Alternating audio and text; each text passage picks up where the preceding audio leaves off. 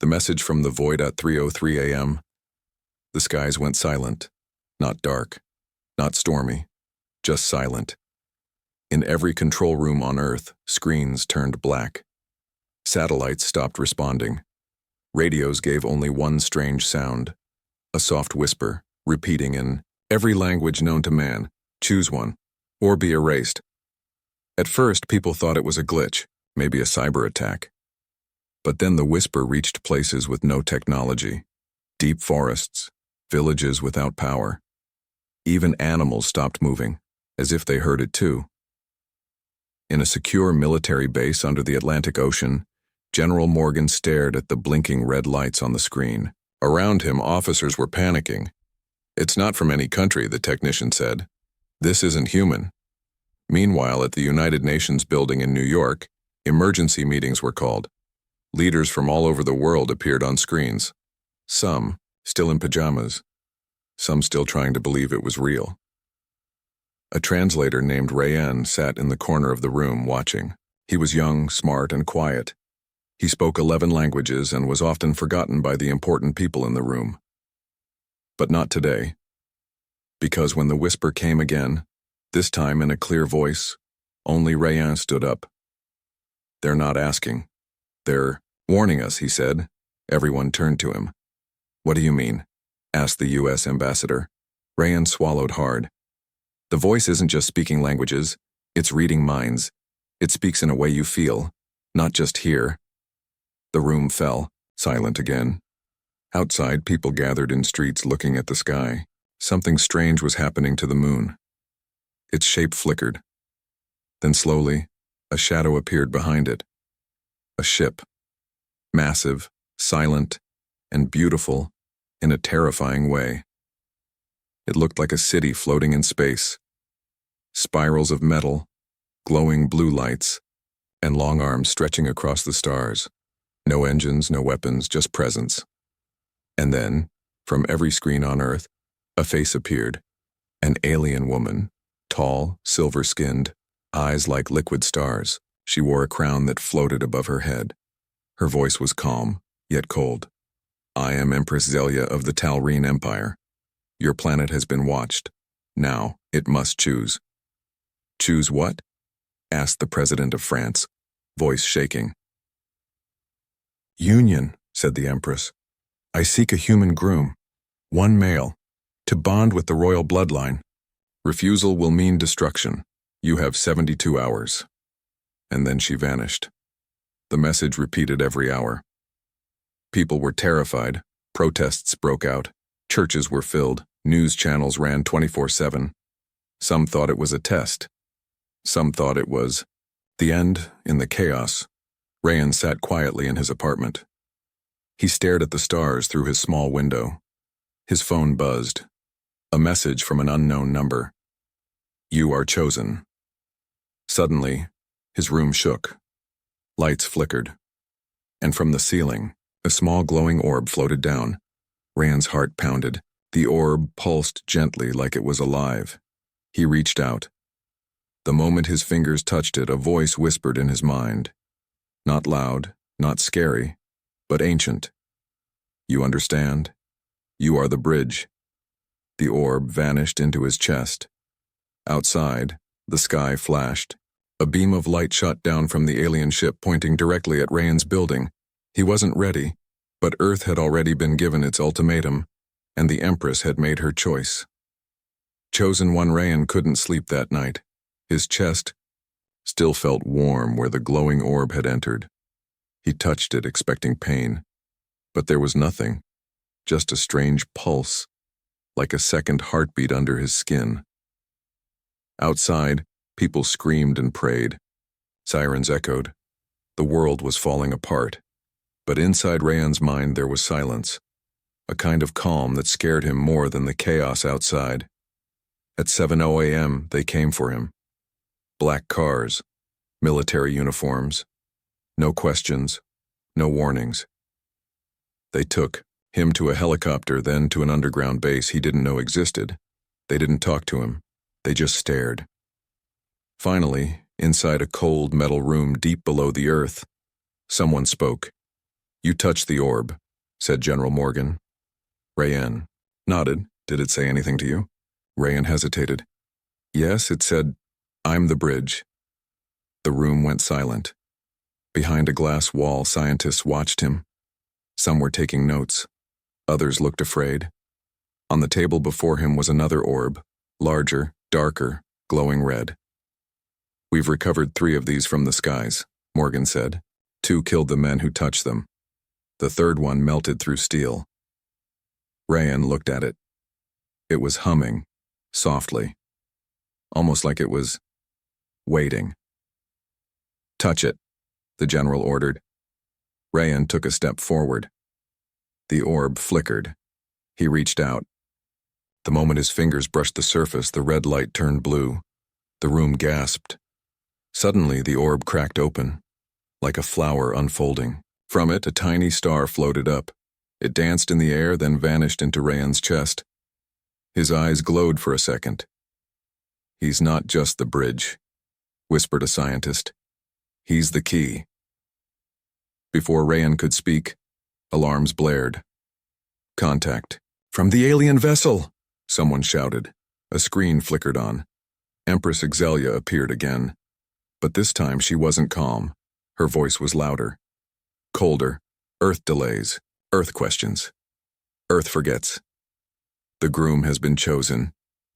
Rayanne of Earth, you are summoned. Come now, or your planet burns. The Empress's gift, the skies opened that evening.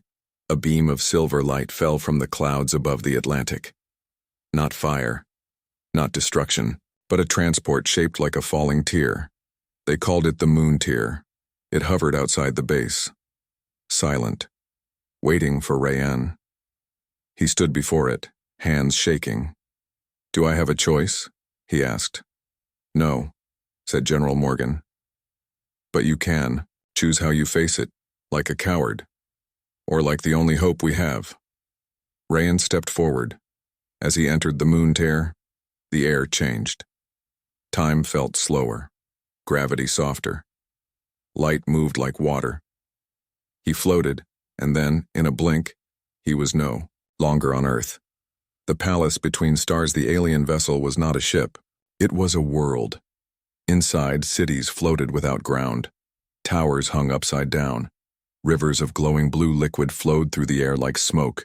Strange creatures walked beside humanoid figures. Plants grew without soil. Whispers filled the air. But none spoke aloud. The ship was alive. Rayanne was led through golden halls by silent guards. Each wore silver armor and had no face, just a mirror where their face should be. They stopped at a giant door. It opened like petals. Inside, the Empress waited. She stood on a floating platform, her robes flowing like mist. Behind her, a massive throne glowed with stars. Welcome, chosen one, she said. Rayanne stared at her. Why me? The Empress walked toward him. Because your blood remembers. Because your dreams speak in our language. Because you are not only human. Rayanne stepped back. What does that mean? She touched his forehead. A rush of memories hit him. Images he had never seen. Alien worlds. Wars. Voices calling his name. And one face. A woman who looked like his mother, but wasn't human. Rayanne fell to his knees, gasping. What are you showing me? Your origin, said the Empress. You were not born by accident, you were placed. Frozen truths, she led him down a hall of glass chambers.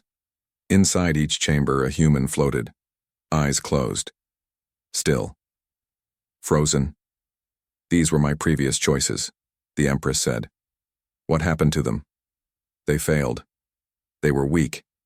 They feared what they could become. Rayanne turned to her. And if I fail, you won't. Because you're the first one who touched the orb and lived. Because you already carry the seed of change. Rayanne looked around. You don't want a husband. You want a weapon. The Empress smiled. I want a partner. One who can survive the storm that's coming. What storm? But she didn't answer. Instead, she placed a glowing mark on Rayanne's hand. Tomorrow, we begin the bonding, she said. And once it starts, there is no turning back. That night, Rayan couldn't sleep. He stared at the alien sky outside his room, a swirling sea of stars and floating moons. Then he noticed something, scratched into the wall of his chamber, hidden behind a panel. Don't trust her. She's not what she claims to be. Groom number 7. Rayan froze. His heart began to race. And somewhere, deep in the ship, the Empress watched and smiled. Inside the Empire, Rayan woke up to silence. No alarm. No sunrise. Just a soft glow from the alien sky above him. Purple clouds and golden stars moving slowly like paint in water. He wasn't on Earth anymore. His room looked peaceful at first glance. Smooth silver walls, floating lights, a table set with strange glowing fruits. But it wasn't peaceful. He hadn't forgotten the message carved into the wall the night before. Don't trust her. She's not what she claims to be. Groom number 7.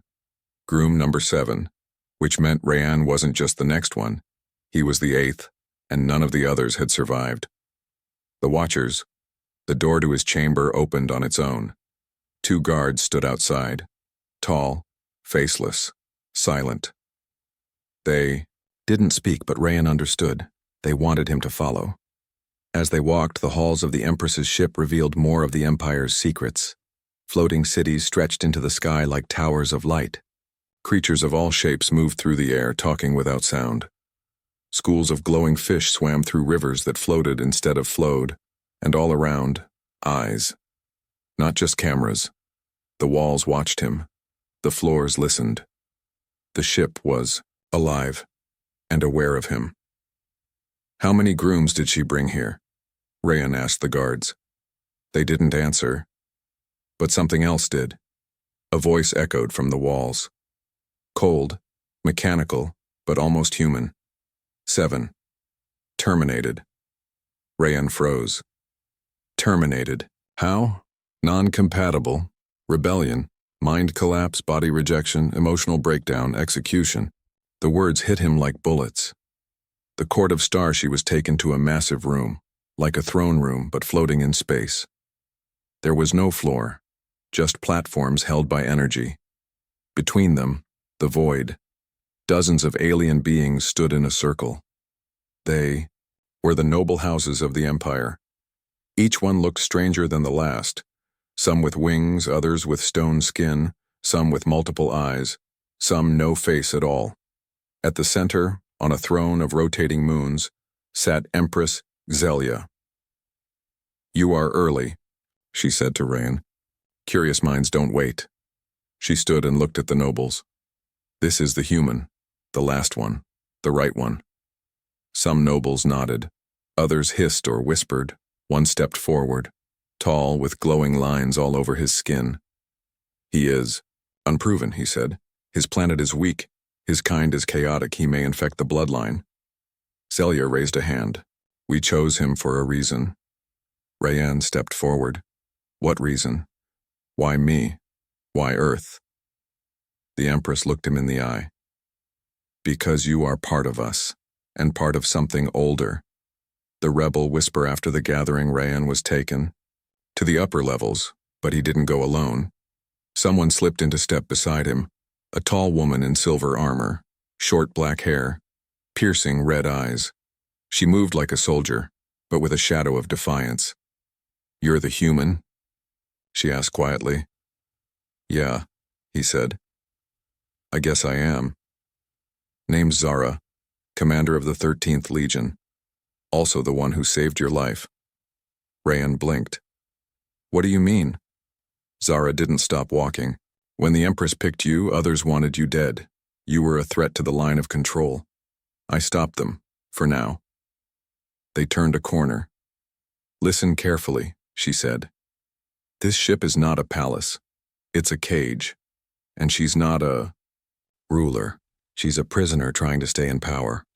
Rayan frowned. Prisoner of what? Zara looked around, whispered. Something older, something buried, something coming back. Before Rayan could ask more, Alarms rang. The bonding began. She was taken to a dark chamber, circular, filled with light pillars and ancient symbols. The Empress waited. "We begin the first stage," she said. "You must bond with the core. Only then will your transformation begin." "What if I don't want to?" Rayan asked. She smiled softly. "Then Earth will fall, and you will watch it happen." He stepped forward. A platform rose from the center of the room, holding a glowing crystal. It pulsed with a deep blue light, like a living star. "Touch it," she said. He did, and everything changed. Visions of the past images exploded in his mind, flashes of wars across galaxies, a world of machines devouring stars, a giant eye in the dark, sleeping beneath time. He saw Earth, centuries ago, when a ship crashed and left something behind. He saw a man and a woman carrying a child with strange DNA. His mother. Him. And then, blackness. Rayan collapsed. He woke, up hours later in his chamber, sweating. The crystal's light still echoed in his eyes. He got up, stumbled toward the wall where the message had been scratched. But now, there was more. Someone had added a new line below the warning. "If you're reading this, you're already changing." Rayan looked at his hand. The mark left by the Empress was glowing brighter, and it was spreading. Secrets of the throne. Rayan stopped sleeping, not because he was tired, but because every time he closed his eyes, the visions returned. He saw stars dying, cities burning, alien kings falling to their knees. He saw a black sun, cold, alive, and watching, and always. The voice. "You were made for this." His hands glowed in the dark now. Strange symbols crawled up his skin like vines. He wore gloves to hide them, but the light came through. He wasn't just changing. He was becoming something else. The warning. Zara returned 2 nights later. This time she didn't whisper. She stormed into his chamber, grabbed his arm, and pulled him into a hidden tunnel behind the wall. The hallway was dark, full of humming wires and old technology. "You don't have much time," she said. "Until what?" "Until you're not you anymore." Rayan stared at her. "What do you know that you're not telling me?" Zara sighed. "The bonding isn't just a connection. It's a rewriting. Your mind, your blood, your past, it's all being replaced. The Empress isn't choosing a partner, she's building a weapon." Rayan shook his head. "She said I was part of her legacy." "No," Zara said coldly. "You're part of her escape plan." The locked chamber. Zara took him to a room no one was allowed to enter, a vault hidden beneath the palace core sealed by ancient codes. It hadn't been opened in centuries, but when Rayan placed his hand on it, the door opened. Inside, floating in stasis, was something that didn't belong in any time or world. Throne, black and cracked, humming with energy. Bones wrapped around it like vines, skulls of creatures Rayan couldn't name, and in front of it, a massive machine, half organic, half metal, pulsing with life. "What is this?" Rayan whispered. "The original throne of the first Empress," Zara said, "before she was reborn." Rayan turned. "Reborn how?" Zara looked into his eyes. "She died 12,000 years ago."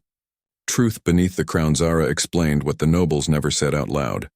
Empress Zelia had died in a war long ago, but her mind was preserved in a device known as the Mind Forge.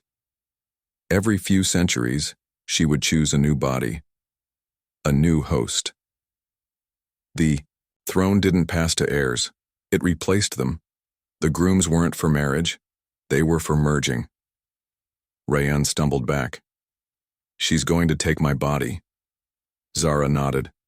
"And when she does, she'll wipe out your soul and take your place as something new, something part human, something the galaxy won't see coming." Rayan felt sick. "Why me?" Zara's voice lowered. "Because you carry the key."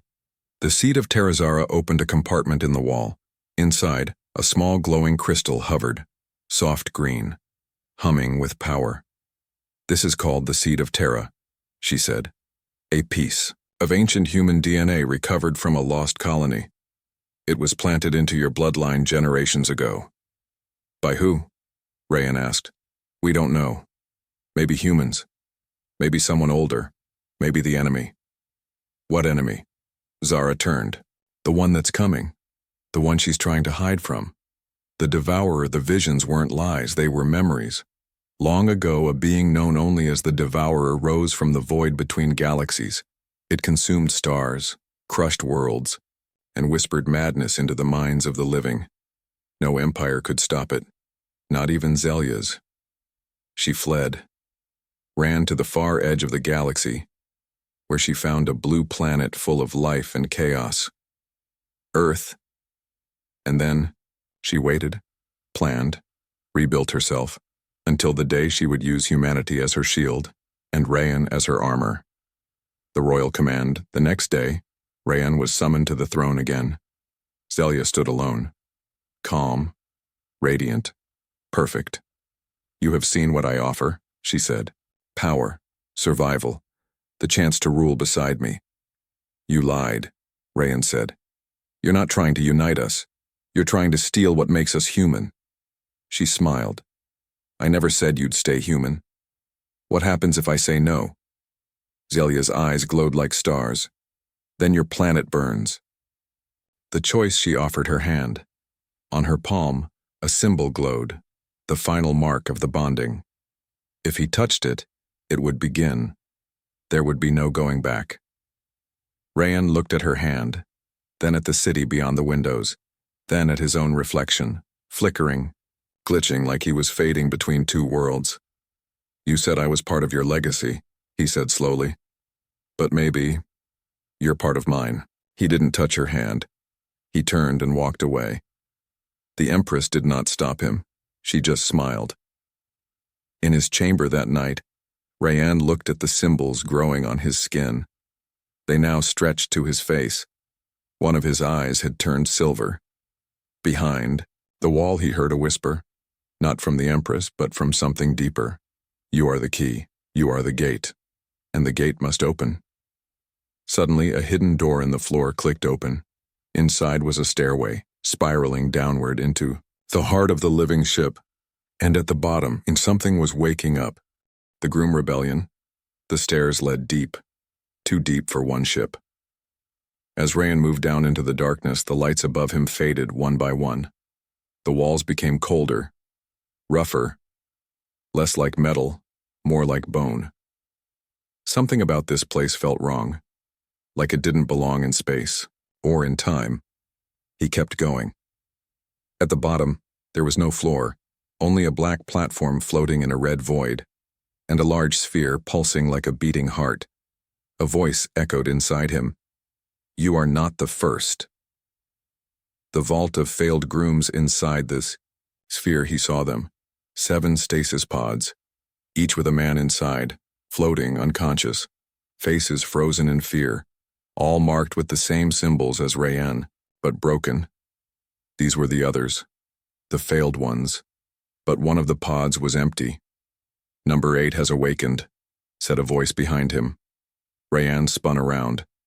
It was a tall figure wrapped in white cloth, wearing a cracked crown.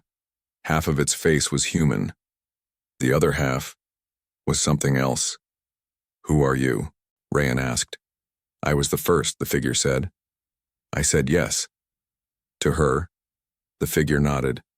I let her in. Now I watch from the shadows, waiting for someone strong enough to stop her. Why me? Because she fears you. Above, the lies began to fall while Rayan was underground.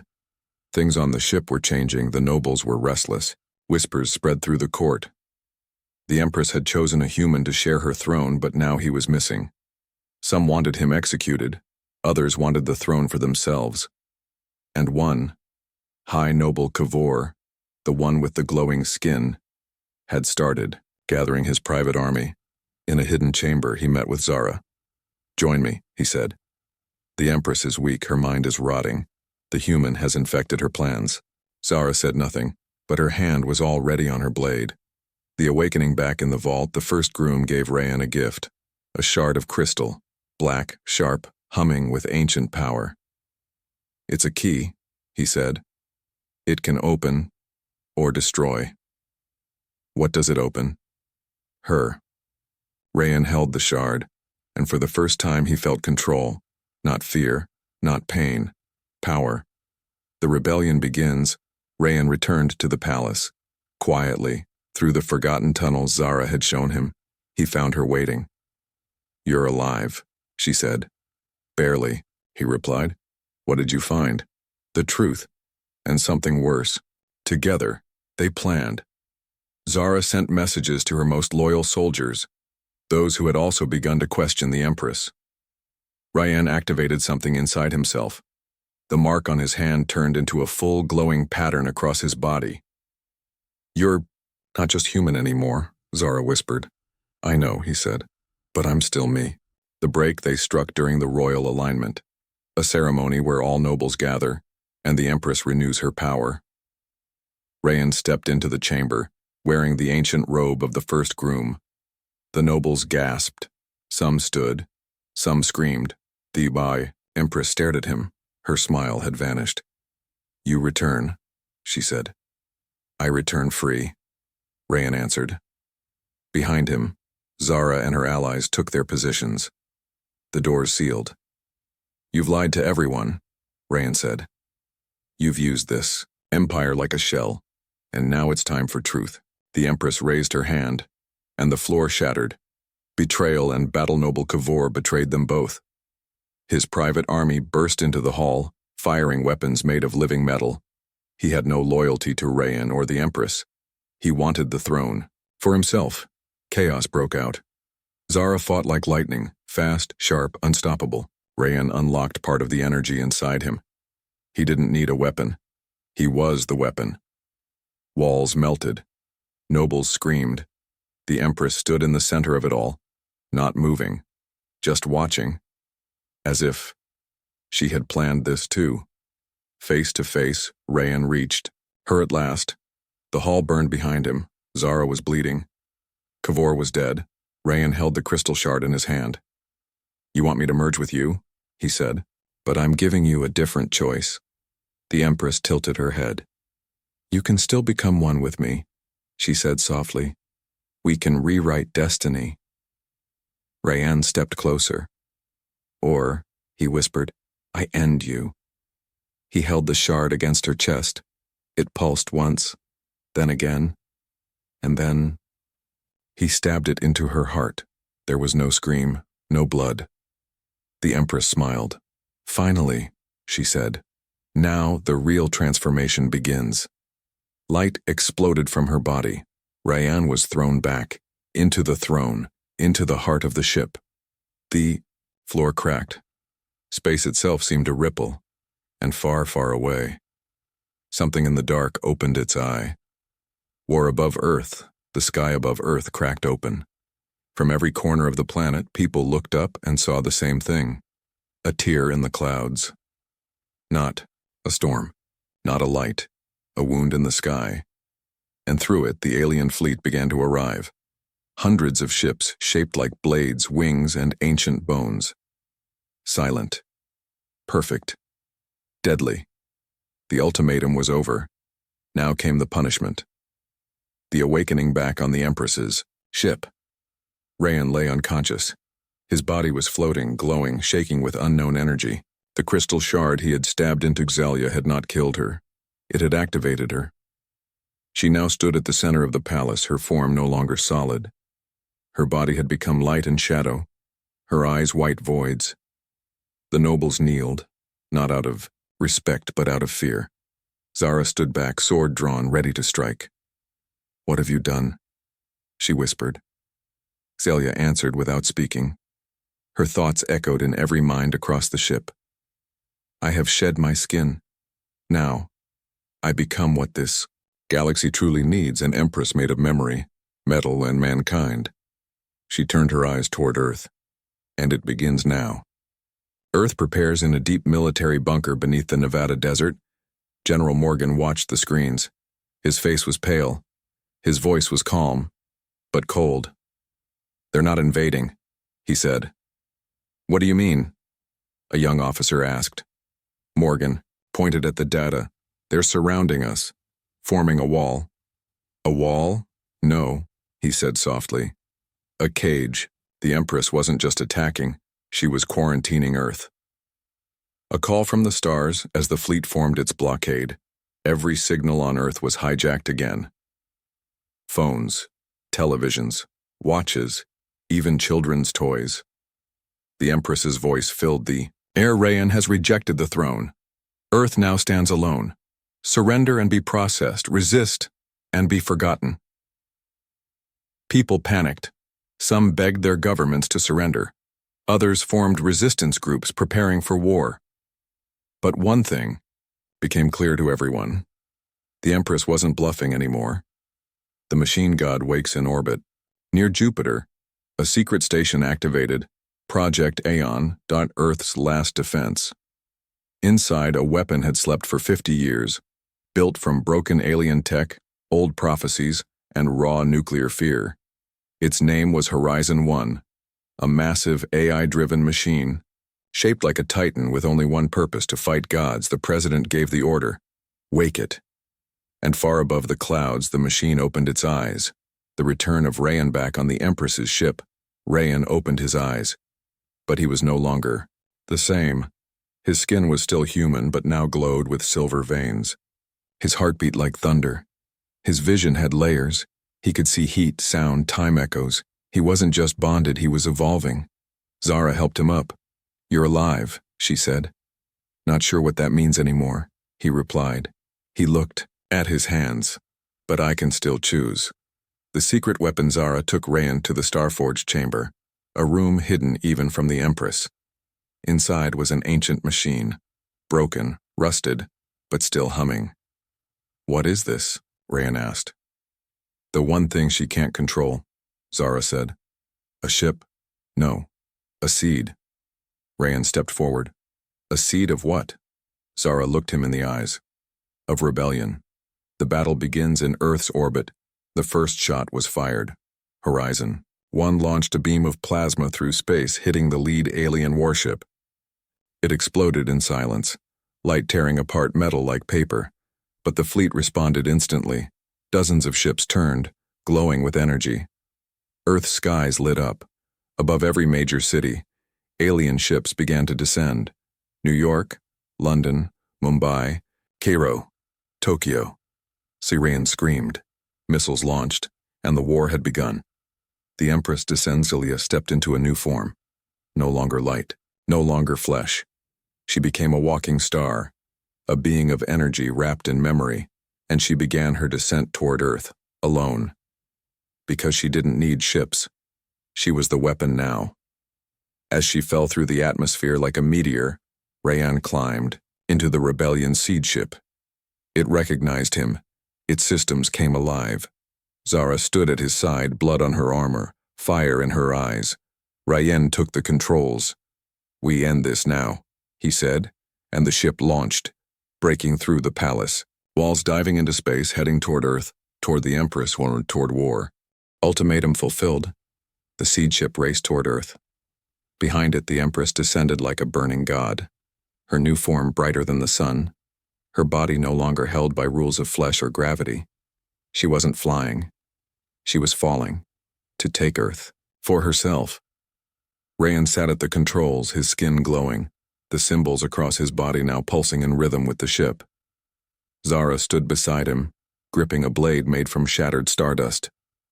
Below them, cities burned. Above them, the stars watched in silence. This was no longer just war. This was the end of choice. Earth's final defense, Horizon 1, stood in Earth's orbit, ready. The giant machine, built in secret, now faced the Empress alone as she neared the atmosphere. Voice came through all Earth's communication channels. We see you. We won't kneel. The machine opened its chest. Thousands of drones flew out, forming a shield around the planet. The Empress smiled. Resistance, she whispered. Beautiful and pointless. She raised one arm, and the sky shattered. Light tore through the drones like fire through leaves. Horizon 1 fired its final shot, a beam of white-hot plasma. But the Empress caught it with her hand and crushed it. The memory core inside the seed ship, Rayan knew. She was too strong now, too evolved.